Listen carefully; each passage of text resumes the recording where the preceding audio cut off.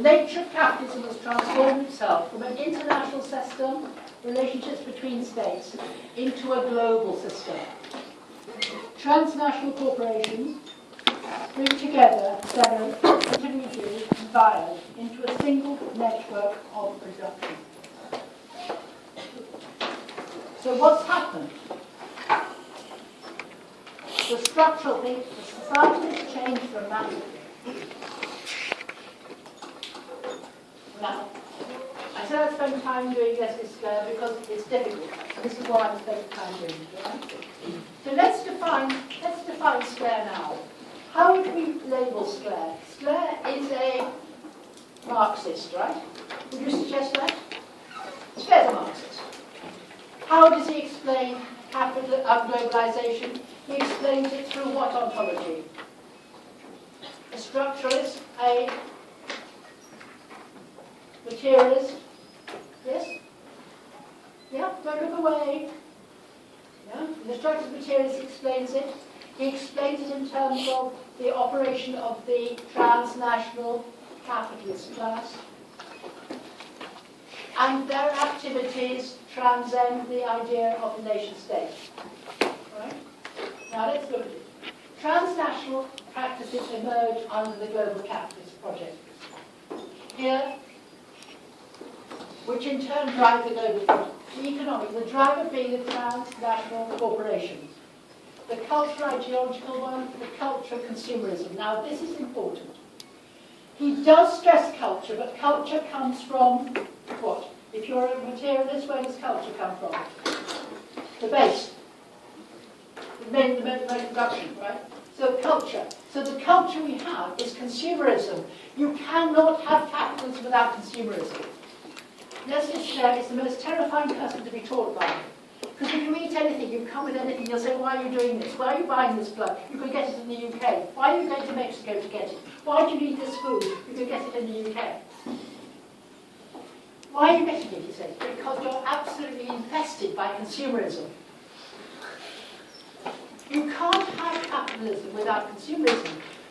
I mean, when I was young, a long time ago, I had probably 2 skirts and 2 jerseys, and that was it. Now, you have to have about 10 different ones, you have different colours this, you have to do that. You have to buy things. You know, my iPad is iPad 1. Really? iPad 1? What's your mobile? 4X. Oh, only 4X. S. No, right. We are consumers mad. And you Singapore a consumer's paradise.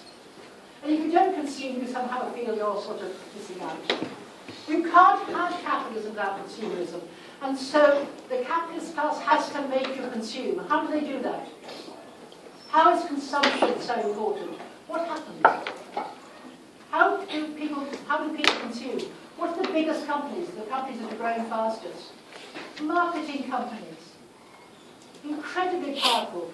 You know, you can do a course in e-marketing, IT marketing, these MBAs in e-marketing. Oh, different. You know, everything is this thing about how to make people buy more. You feel that, please don't go off and buy anything. No, but your society will collapse if you don't. Yeah, you need to. Again, here the political, here the transnational. But it's not the political in terms of people who want to be MPs, it's the capitalist class of political. They're the people that make the decisions. Can you just write here Davos? Now, before you come to the meeting on my seminar, I want you to look up Davos. Davos is where all these rich people get together and decide policy for the world. All right. Now here, she said the non-state actors transform the world in terms of capitalist projects. Now, just look at this definition here. The global capitalist system, based on a variegated capitalist class, which unquestionably dictates economic transactional practices. Yeah. So how do you spell the what just now? What? How do you spell Davos? What? Davos. Davos. Yeah. Oh, that awful, terrible clipped English. Davos. So my English is so bad. I'm sorry. We speak like this. Amos Wisdom is mimicking me. Is good.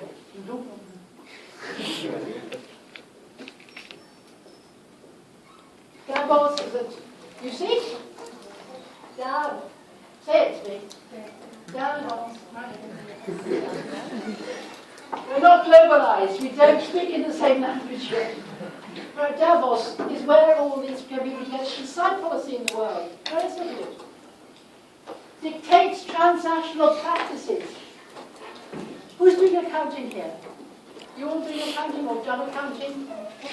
Accounting, you do international accounting standards. Here's an example of a transnational practice.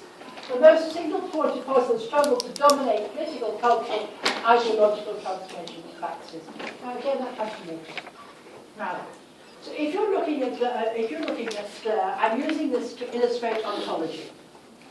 He's a materialist, that everything else has to come from the base, i.e., the way things are made. He will explain there's a transformation in class relationships. It's no longer the local class relationships, it's international, it is transnational. We're looking at a global capitalist class. And we see how that globalist capitalist class is operating. It's operating in terms of the transnational corporations and through non-state capitalists. Now just let's look at this. Liberal government function, what do they do? To bind together the world interests of the corporate technology, technocratic and cosmopolitan elites, creating a capitalist class. So state is very important. The transnational capitalist class, whose principal objective is the widening and deepening of the global capitalist process. So the class relationships are the most important. Their interests have to be making sure we have more globalization. Without that, they cannot survive. Now, this is important. Why do they think that? Why do they think you need to have a global capitalist project? Very simple. You need global markets. You need global markets to sell your products. You need the cheapest way to make those products. So you produce where it is cheapest. So where do people produce now? China. But not in South China anymore, right up in the north. Indonesia, but even Indonesia is becoming too expensive. So this project has to allow states to open up, to allow people to invest. Why? Because it needs a market. It needs resources. It needs raw materials. It has to be done globally. China is investing in Pakistan. Do you know what they're doing? It's very clever. They're producing in every English school 2 people to teach Chinese. Why? Because they want to change the ideas in order to get the market, in order to get raw materials. We're operating on this sort of system. Now, that's China rather than the global system, but these markets are very, very open. All right, so again, the capitalist class is the driving force behind globalization. Their interests are the same. They're trying to make sure we have globalization. But liberal governments facilitate the process. Governments allow it to happen. But in some cases, governments do not allow it to happen, i.e. what's happened to your government just now, which is good. It's what happened to Mahathir 10 years ago when it wouldn't listen to the WTO or the World Bank. It closed its border before it. It's what happens when America refuses to let Chinese goods in. It happens when India cancels a contract for Western. It happens when global terrorism happens, when you create borders and barriers. So again, it's not always happening, but governments can allow this to happen. It allows it to happen. Why? Because governments require taxation to live. And if they've got nobody working, they have no tax. So they have no freedom. That is Claire's argument. That's Claire's argument, which is quite a nice argument. I don't think I agree with them always, but this is the argument. Now, in a global economy, this is your globalization is not real or is real. Global financial markets, barriers to trade, production is global, the consumer is powerful, firms have no territorial location, network firms, castels, there should be no restriction on the movement of labour, benchmarking, grade inequalities. These are all things you can discuss when you discuss economic globalization. So you can discuss in each one of these, is this the case or is it not the case?